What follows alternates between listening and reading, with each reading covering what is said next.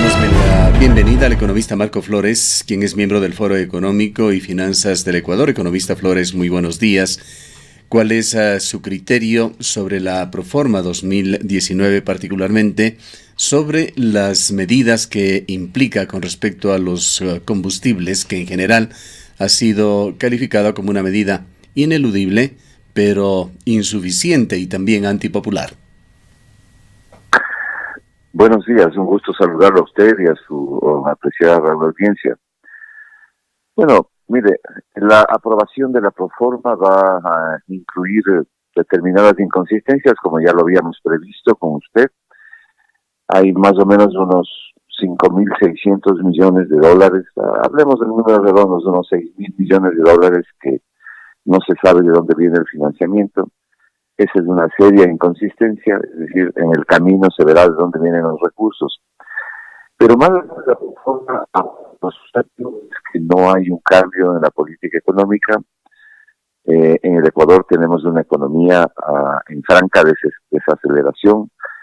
El crecimiento de la economía se ha reducido de un año para otro. El año pasado la economía cerró con un crecimiento de 2.4. El Banco Central dice que este año va a cerrar con un crecimiento de 1.1. Como usted verá, se reduce a menos de la mitad. La Proforma señala que en los próximos 4 años, del 2019 al 2022, la economía apenas crecerá en 1.4 en promedio, que es una tasa menor al crecimiento de la población.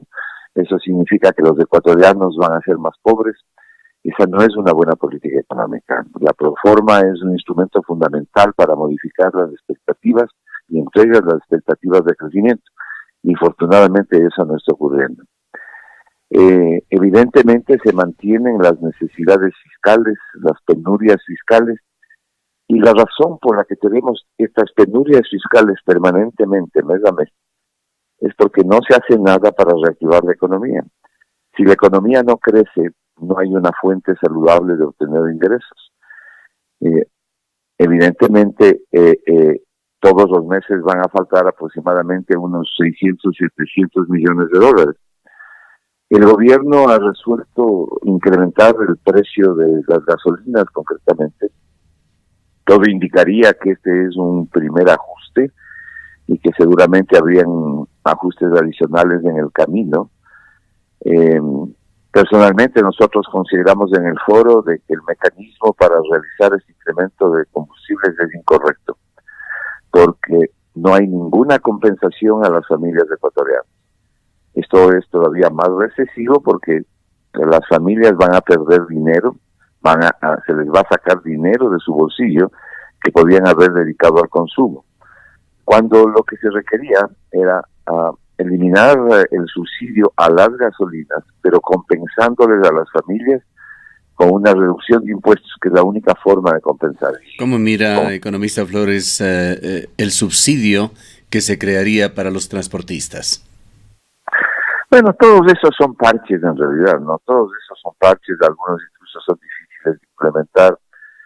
Yo no creo o no creemos en el foro que la medida le entregue al Estado ecuatoriano más allá de 350 millones de dólares al año, lo cual nos llevaría más bien a señalar que hay mucho ruido y pocas nueces. Evidentemente altera la paz social. Creemos que la medida que ha tomado el gobierno no ha sido tomada en la forma correcta que podía y debía haberse tomado. Esto es, con políticas de reactivación económica, reduciendo concretamente el IVA para que los ciudadanos tengan más dinero en su bolsillo, que puedan dedicarlo al consumo. Cuando se aumenta el consumo, se reactiva la economía, y la reactivación de la economía hace posible que la economía en sí crezca. Eso genera empleo. Aquí se está haciendo lo contrario. Ahora, economista nos parece Flores, una medida mal diseñada. Economista Flores, muy buenos días. ¿Considera usted que va a haber una respuesta o una reacción inflacionaria frente al incremento de las gasolinas? Se considera que cuando se sube la gasolina, sube absolutamente todo, sobre todo los productos de primera necesidad. El ministro ha dicho que probablemente no vaya a haber una respuesta de esta. ¿Usted considera que sí? Bueno, yo he escuchado lo que han dicho algunas entidades y algunos dirigentes gremiales y algunos dirigentes sindicales. No sé qué reacción social vaya a haber. me imagino que sí habrá alguna reacción social, pero lo fundamental aquí es que no se soluciona, o más bien dicho, no se inicia la solución al grave problema que tiene la economía ecuatoriana. Y el grave problema que tiene la economía ecuatoriana es que la economía no crece lo suficiente, que hay un estancamiento, una desaceleración en el crecimiento. Ese es el problema sustantivo. Cuando usted tiene eso, cuando hay falta de crecimiento, hay menos que repartir. El pastel es cada vez más chico porque no crece. Lo obvio, lo necesario es que crezca la economía, que crezca el Producto Interno Bruto. Y por ese camino que ha tomado el gobierno no se aprecia ninguna señal para producir el crecimiento que se requiere. Este es el principal error, ¿no? Las políticas de reactivación están ausentes, no hay ninguna política de reactivación. Y creo que ese es el error del gobierno. Usted y desde el foro han venido sugiriendo que una de las alternativas es reducir los impuestos. Quizás esto apuntaría al IVA. ¿Se ha planteado en algún momento que el IVA debería reducirse del 12 al 10%? Sin embargo, este es uno de los impuestos que más rápidamente le genera recursos al Estado. Cuando usted reduce impuestos, como acabo de decir hace un momento, se activa el consumo, por supuesto, dependiendo de los impuestos, más o menos rápidamente. Si usted reduce el IVA, tiene un impacto directo, inmediato sobre el consumo. Las familias necesitan dinero. Mire lo que está pasando en este momento con los trabajadores. Los trabajadores necesitan que les incrementen los salarios, pero la inmensa mayoría de empresas y de familias que contratan trabajadores no están en condiciones de subir los salarios. Entonces, por un lado se requiere subir los salarios, por otro lado las empresas y familias no tienen el dinero para subir los salarios. ¿Por qué? Porque la actividad económica se ha reducido sustancialmente. ¿Qué quiere decir se ha reducido sustancialmente? Que hay menos compras, menos ventas, que hay menos demanda. Entonces la necesidad queda insatisfecha. Lo lógico es activar las compras y las ventas, y la única forma de hacerlo es dejando más dinero en los bolsillos de los ciudadanos. Pues los ciudadanos son los que mejor saben dónde pondrán sus recursos. Si el padre de familia sabe si le queda dinero en su bolsillo, si comprará un zapatos para sus hijos, o si pagará una deuda, o si mejorará su nivel de consumo, en fin. Nadie mejor que los ciudadanos y las familias para saber dónde colocar el dinero, dónde necesitan más. ¿Qué opina, economista Flores, usted sobre esa elucubración hecha por el ministro de lo Laboral, Raúl Ledesma, quien habló sobre un significativo incremento en el salario mínimo compensado con bonos para las empresas para pagar la electricidad? Me parece un verdadero absurdo, ¿no? Es decir, ahora quieren sacar el bono eléctrico. Me parece un verdadero absurdo. Mire, las empresas no están en capacidad, la inmensa mayoría. Piense usted en los pequeños emprendimientos, en las contrataciones individuales. Piense usted en el hogar que contrata servicio para el hogar. La mayoría de las empresas, como no están vendiendo lo suficiente, como no hay actividad económica suficiente, no están generando recursos suficientes. Y lo que le acabo de decir, por otro lado, este país es un país extremadamente caro y no alcanza la plata. Entonces los trabajadores necesitan un incremento de sueldos. Los incrementos de sueldos en la mayoría de los casos no hay con qué financiar. Ahí tiene usted una de las principales consecuencias de la falta de crecimiento económico. Es obvio, es evidente, no se necesita de mucho esfuerzo para comprender que lo que hay que hacer es generar mayor actividad económica. Y como le acabo de decir, la única forma de hacerlo es acelerando el consumo. Y para acelerar el consumo se requiere que haya dinero en los bolsillos, de los bolsillos de las familias. La medida lo que hace es sacar dinero de los bolsillos de las familias, de los consumidores, y va en la dirección correcta a la reactivación. Además, subsistirá el problema del déficit, subsistirá el problema de un enorme gasto público. El gobierno no ha dado señales realmente de querer reducir un gasto público innecesario. Hay sectores donde se puede cortar el gasto. No necesariamente se tiene que votar a la gente a la calle. Calcule usted que son 7,000 millones de dólares los que necesita el Estado solo para movilizarse. 7,000 millones de dólares que van en luz, agua, teléfonos, gasolina, papeles, lápices, en fin.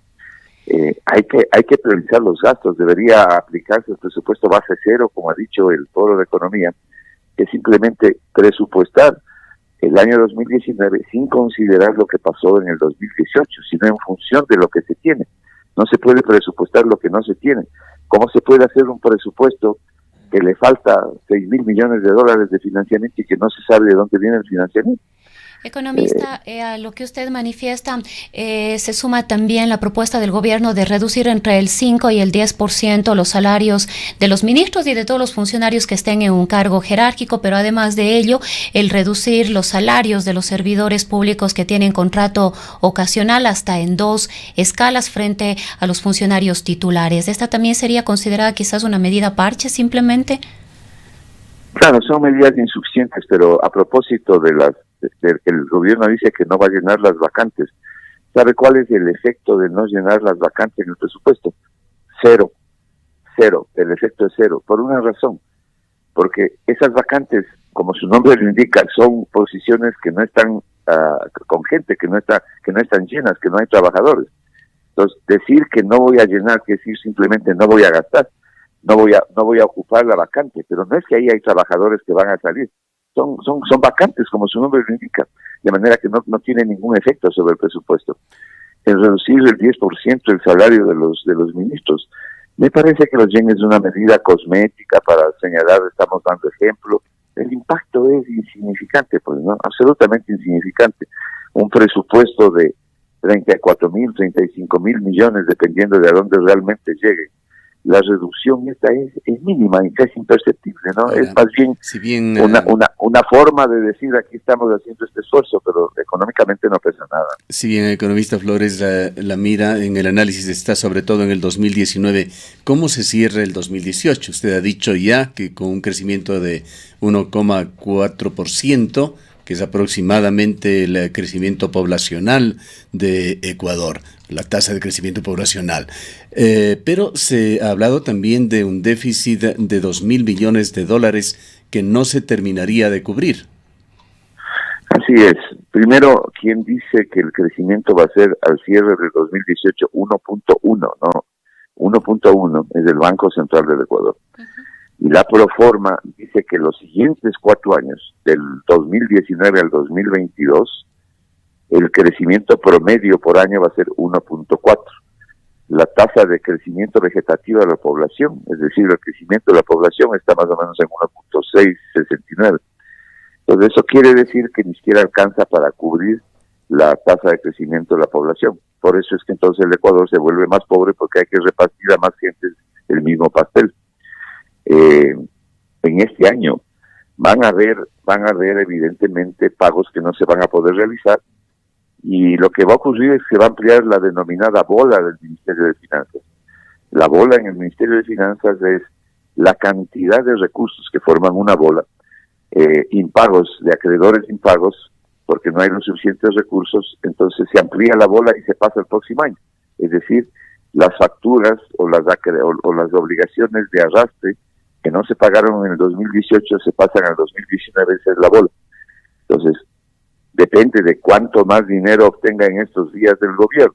Con el crédito chino, con las remisiones de algunas empresas que le van a entregar al Estado en estos mismos días a algunas decenas de millones de dólares, yo creo que el Estado podrá cumplir satisfactoriamente el mes de diciembre, y por lo menos en términos de sueldos y salarios y algunas obligaciones. Pero hay otras obligaciones, nuestros cálculos es aproximadamente 1.000 millones de dólares como mínimo, que darán impagos. Pero bueno, esto es diciembre, pero en enero sigue el problema. Es decir, en enero otra vez nos enfrentamos a la misma situación. No se olvide además que cuando se suben los combustibles, hay también una contracción de la demanda. Por eso es que nosotros hemos estimado que no serán los 400 millones final del gobierno, sino 350 millones.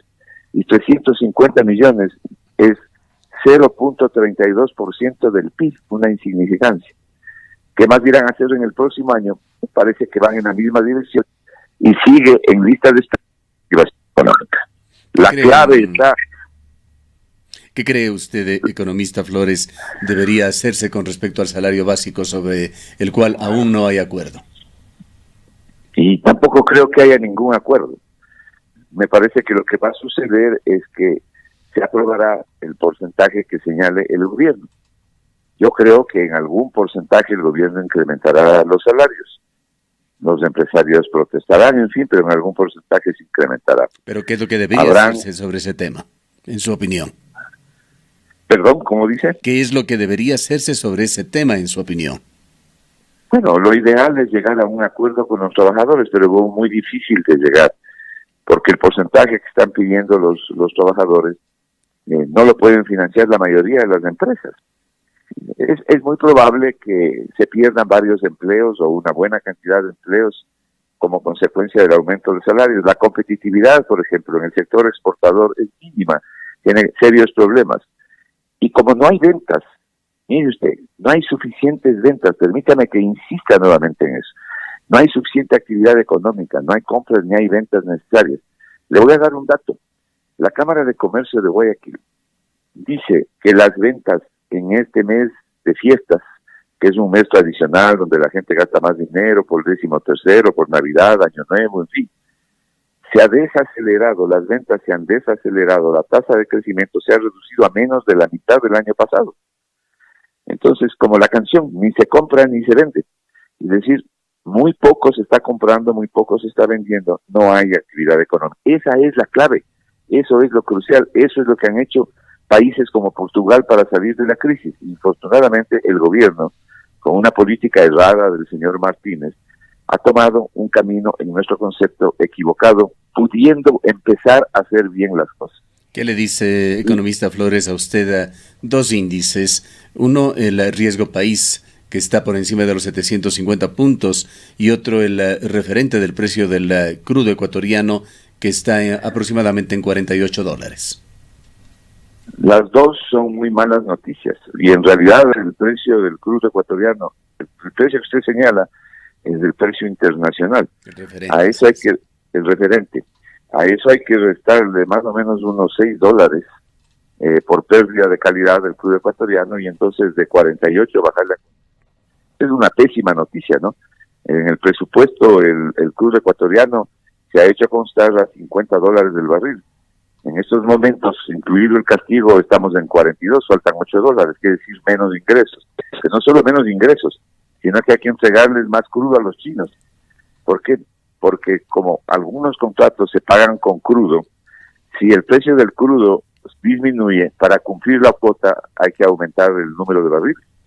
Esa es una mala noticia para Ecuador. Lamentablemente concurren dos hechos también negativos, que apuntan a lo que yo le acabo de decir, a buscar la solución en donde le acabo de decir que está. El otro hecho negativo es que el día de ayer, el Banco Central de los Estados Unidos, que es el que en verdad define las tasas de interés en el mundo, volvió a subir la tasa de interés. El Federal Reserve Bank, o sea, el Banco Central de los Estados Unidos, volvió a subir la tasa de interés ayer en 1/4 punto. Esto quiere decir que los créditos se encarecen. Esa es una mala noticia para Ecuador. Y la tercera es la que usted acaba de señalar. El riesgo país ha subido. Hemos cerrado el riesgo país en 760 puntos. Es el más alto de la región después de Venezuela, lo cual significa desconfianza de los mercados en la capacidad de pago de la economía ecuatoriana. Y nada de eso nos ayuda. Con mayor razón. Nuevamente volvemos al punto de partida, es decir, al origen de los problemas. Si no reactivamos la economía, si no activamos el consumo de las familias. Mire, el consumo de las familias impacta en un 60% en el PIB, es decir, en el crecimiento de la economía, al menos en un 60%. ¿Cómo ocurre en Estados Unidos y en la mayoría de economías? Es el consumo realmente la sangre de la economía. Si no activamos eso, no podemos mejorar, no podemos comenzar a salir de los problemas si no crecemos lo suficiente. Economista si no hay Flores. crecimiento, perdóneme un segundo, si no hay crecimiento suficiente, no se puede hacer empleo, no se puede generar empleo. La única forma de aumentar el empleo es con crecimiento económico. Y si eso no está ocurriendo, pues usted ya puede imaginarse los problemas. Ahora, economista Flores, en materia de deuda, ¿cómo ve usted la situación? El gobierno acaba de acceder a 900 millones de dólares en la China para poder cerrar de alguna manera este 2018. Sin embargo, hace un momento usted mismo nos decía que hay varios rubros en la proforma que no se sabe cómo van a ser financiados y una brecha importante en lo que es la proforma del 2019. El gobierno se verá obligado necesariamente a acceder a más deuda en el próximo año. El gobierno necesita financiamiento el próximo año por sobre 8.000 millones de dólares, por sobre 8.000 millones de dólares. De manera que usted ya puede imaginarse que hay que seguir pasando el sombrero y la desesperación continuará porque no se inicia un proceso de reversión de las causas que producen esta iliquidez. Y la razón es muy simple, hay muchísimos más gastos que ingresos.